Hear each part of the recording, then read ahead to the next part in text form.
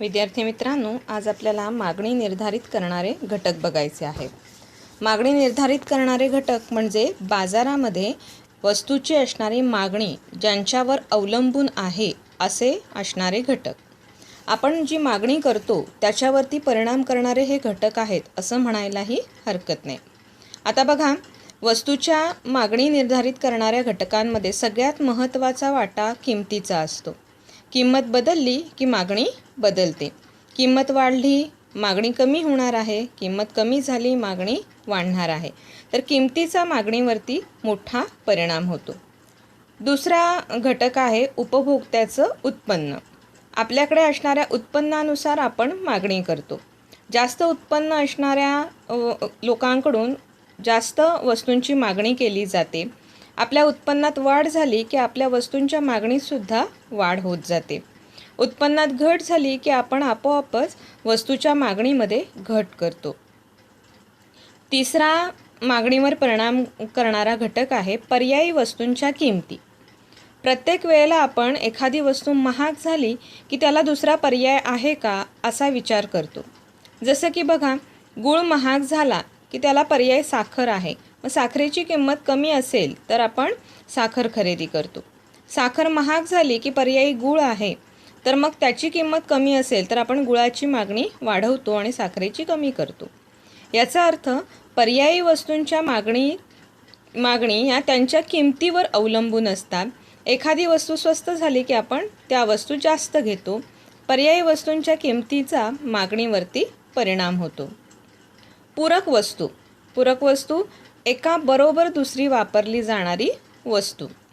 उदाहरणार्थ कार आणि इंधन. पेट्रोलच्या किमती जसजशा वाढत गेल्या तसतशी कारची मागणी कमी होते असं आपल्याला बाजारामध्ये लक्षात येतं. एका वस्तूची किंमत वाढली की आपोआपच दुसऱ्या वस्तूच्या मागणीवर त्याचा परिणाम होतो. कार आणि इंधन हे आता त्याचं उत्तम उदाहरण आहे. शाई पेन आणि शाई रिफिलच्या किमती वाढत गेल्या तर आपोआपच पेनाच्या मागणीवरती सुद्धा त्याचा परिणाम होतो. वस्तूचं स्वरूप. वस्तू कशी आहे याच्यावरती तिची मागणी अवलंबून असते. काही वस्तू अशा आहेत की त्याला आपण जीवनावश्यक किंवा त्याचा उपभोग न टाळता येण्यासारखा आहे असं म्हणता येईल. उदाहरणार्थ औषधं आहेत की जी आपल्याला घ्यावीच लागतात. त्याची किंमत आपण बघत नाही. किंमत जास्त असू दे किंवा कमी असू दे, आपण ती वस्तू खरेदी करतो. त्यामुळे वस्तूचं स्वरूपानुसार मागणी ठरते.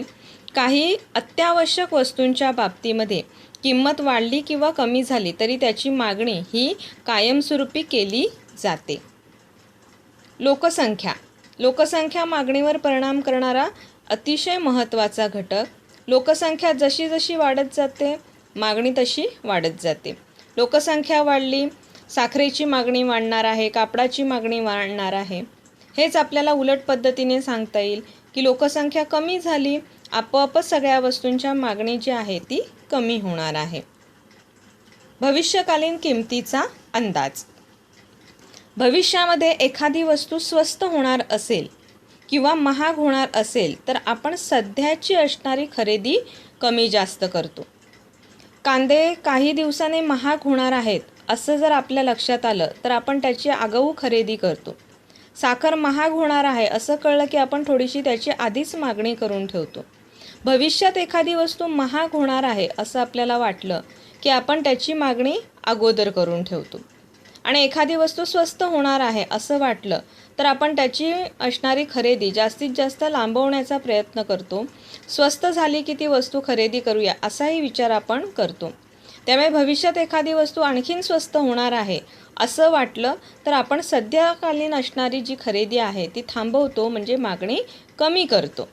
भविष्यकाळाचा आपला अंदाज जो आहे त्याच्यावरून मागणी कमी जास्त होत असते.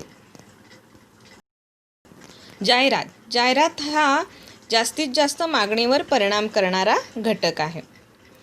आत्ताच आपल्याला अनेक वस्तूंच्या बाबतीत सांगता येईल की जाहिरातीतून आपल्याला त्या वस्तू माहीत होतात, त्याच्यामधल्या असणाऱ्या काही किमतींच्या बाबतीमधली आपल्याला माहिती होते आणि जाहिराती ह्या आपल्याला वस्तूची मागणी करण्यासाठी भाग पाडतात. त्यामुळे जाहिरातीचा वाटा वस्तूच्या मागणीमध्ये सगळ्यात मोठा आहे. आवडीनिवडी, सवयी व फॅशन्स. आवडीनिवडींवरून आपण एखाद्या वस्तूची मागणी करत असतो. ज्या वस्तू जास्तीत जास्त आवडीनिवडीच्या आहेत त्याचा विचार आपण किमतीचा विचार न करता त्या वस्तू खरेदी करतो. चॉकलेट आहेत, गोळ्या आहेत किंवा ठराविक प्रकारच्या काही वस्तू आहेत की ज्यांच्या बाबतीमध्ये मागणी ही आवडीनिवडीनुसार केली जाते. सवयी, काही जणांना चहाची सवय आहे. दारू आणि सिगारेटच्या बाबतीमध्ये हे सांगता येईल आपल्याला की सवयीच्यामुळे ह्या वस्तू खरेदी केल्या जातात. तर सवयीचा परिणाम मागणीवर होत असतो. फॅशनचा परिणाम मागणीवरती होत असतो. एखादी फॅशन जास्तीत जास्त रूढ होत असेल तर त्या वस्तूंची मागणी वाढत जाते. पण तीच फॅशन कालबाह्य झाली की आपोआपच त्या वस्तूंची मागणी कमी कमी होत जाते. तर आवडीनिवडी, रूढी, सवयी या सगळ्या गोष्टी मागणीवरती परिणाम करणाऱ्या आहेत. वस्तू व सेवांची किंमत ही करांवरती सुद्धा काही वेळेला ठरत असते.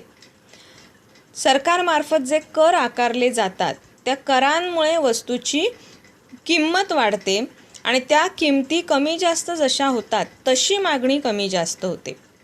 आपल्याला GSTचं उदाहरण सांगता येईल की GST ज्या वस्तूंवरती जास्त आहे त्यांच्या किमती जास्त आहेत.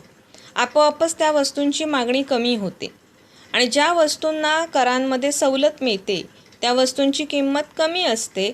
आपोआपच त्या वस्तूंची मागणी वाढत जाते. करांचा परिणाम किमतीवर होतो आणि किमती कमी जास्त झाल्या की मागणी कमी जास्त होते. त्यामुळे कररचना ही मागणीवरती परिणाम करणारा घटक आहे. काही इतर घटक आहेत की जे आपल्या मागणीवर परिणाम करतात. त्यातला पहिला घटक नैसर्गिक परिस्थिती. हवामान बदललं, मागणी बदलते. पावसाळ्यामधल्या असणाऱ्या वस्तूंची मागणी वेगळी आहे, हिवाळ्यात असणाऱ्या वस्तूंची मागणी वेगळी आहे. नैसर्गिक परिस्थितीनुसार आपण मागणी बदलत जातो. तंत्रज्ञानातील बदल, जसे जसे तांत्रिक बदल होत गेले तसं तसं वस्तूंची मागणी बदलत गेलेली आहे. अगदी टाईपरायटरपासून कम्प्युटरपर्यंत आपल्याला सांगता येईल. टाईपरायटर ज्या वेळेला वापरले जात होते तेव्हा टाईपरायटरची मागणी जास्त होती. नंतर मग कम्प्युटर आले, कम्प्युटरची मागणी आता वाढली. मोबाईलच्या बाबतीमध्ये जसे जसे तंत्रज्ञान बदलतं आहे, अधिक अधिक ॲडव्हान्स तंत्रज्ञान येतं आहे, तसं तसं असणाऱ्या मोबाईलची मागणी जी आहे ती बदलत चाललेली आहे. त्यामुळे तंत्रज्ञानात जसा बदल होतो, नवीन वस्तू, नवीन तंत्रज्ञान जसं जसं येत जातं तसं तसं वस्तूंची असणारी मागणी बदलत जाते. सरकारी धोरणं, काही वेळेला सरकारमार्फतसुद्धा काही वस्तूंच्या बाबतीमध्ये मागणी कमी जास्त करणारी धोरणं राबवली जाऊ शकतात. उदाहरणार्थ पर्यावरण, आत्ताचं जे सरकार आहे त्यांनी पर्यावरण दिन किंवा पर्यावरणाच्या संदर्भामधले असणारे बरीचशी जे काही काम आहे ते हाती घेतलेलं आहे. शाळांमधून असेल किंवा सार्वजनिक पद्धतीने सुद्धा पर्यावरण वाचवण्यासाठी म्हणून काही उपाययोजना केल्या जातात आणि त्याच्यामुळे आपोआपच त्या वस्तू ज्या आहेत त्या आपल्याकडून घेतल्या जातात. कोरोनाचं उदाहरण सांगता येईल की कोरोनासाठी म्हणून काही बचावात्मक असणारी जी काही औषधं आहेत किंवा बचावात्मक असणारे मास्क वगैरे जे आहे ते आपल्याला घेण्यासाठी बंधनकारक केलेलं आहे, ते वापरण्यासाठी बंधनकारक केलेलं आहे आणि त्याच्यामुळे आपोआपच त्या सगळ्या वस्तूंची मागणी वाढलेली आहे. तर सरकारी धोरणांचा परिणाम बाजारातल्या वस्तूंच्या मागणीवरती होतो. रूढी आणि परंपरा. रूढी परंपरांमध्ये ज्या वस्तू सांगितल्या जातात त्यांची किंमत कमी जास्त होते का हे न विचारात घेता आपण त्या वस्तू खरेदी करतो. रूढी परंपरांनुसार वस्तूंची मागणी बदलते. ज्या रूढी परंपरांमध्ये सांगितलेल्या वस्तू आहेत त्या वस्तूंची मागणी कायमस्वरूपी केली जाते. तर मागणीवर परिणाम करणारे हे सगळे घटक बाजारामध्ये एखाद्या वस्तूची मागणी जास्त असेल की कमी असेल हे ठरवत असतात.